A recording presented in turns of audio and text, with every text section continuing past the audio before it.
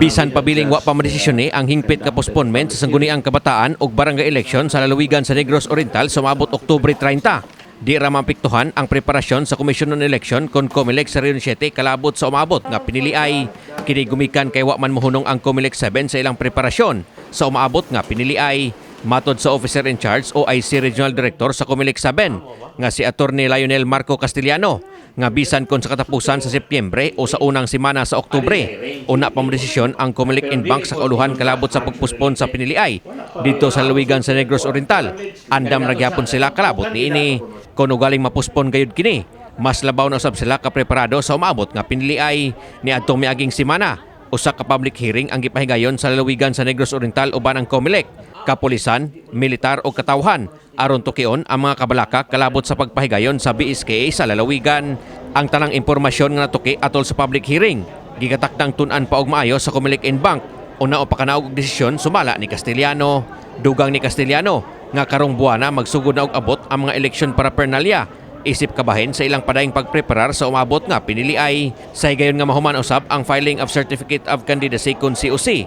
Sa umabot Agosto 28 magsugod usab sila sa pag-train sa mga magtutudlo nga moserbisyo sa umabot nga piniliay.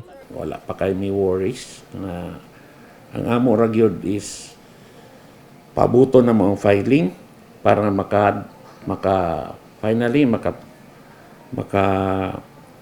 appoint naming mga teachers. Kay di ta ka-appoint og teachers kung di ta kabalo ko kinsay ng lansar.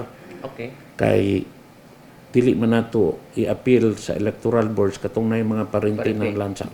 Na disqualification man na siya. So 1 week after the filing, we would have a composition of our electoral board and thereafter we would conduct trainings on our teachers. Samtang gibutyag ni Castellano nga andam na usab ang ipahigayong simulation mall voting sa Sugbo sa umaabot Hulyo 15 gawa sa SM Konsolasyon sa lalawigan sa Sugbo.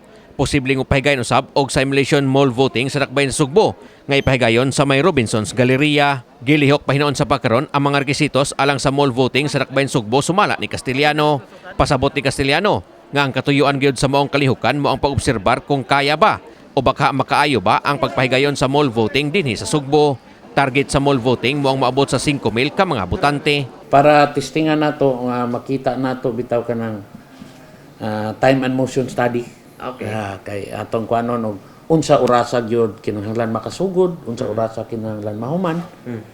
So mao nang mag-simulate ta in order to have a time and motion study kung kaya ba nato magpahigayon og mall voting anha sa mall. So ang paghigayon sa mall voting sa umabot October 30 magdepende aning ato. Kaning mga simulation exercise kay parehara ko na sa mga sundalo, sa mga pulis. Naaman po sila yung mga CIMEX.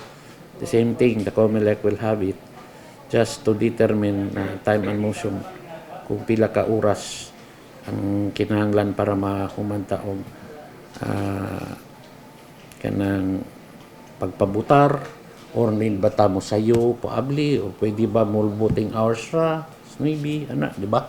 Kini si Greggy Magdadaro alang sa My TV Cebu.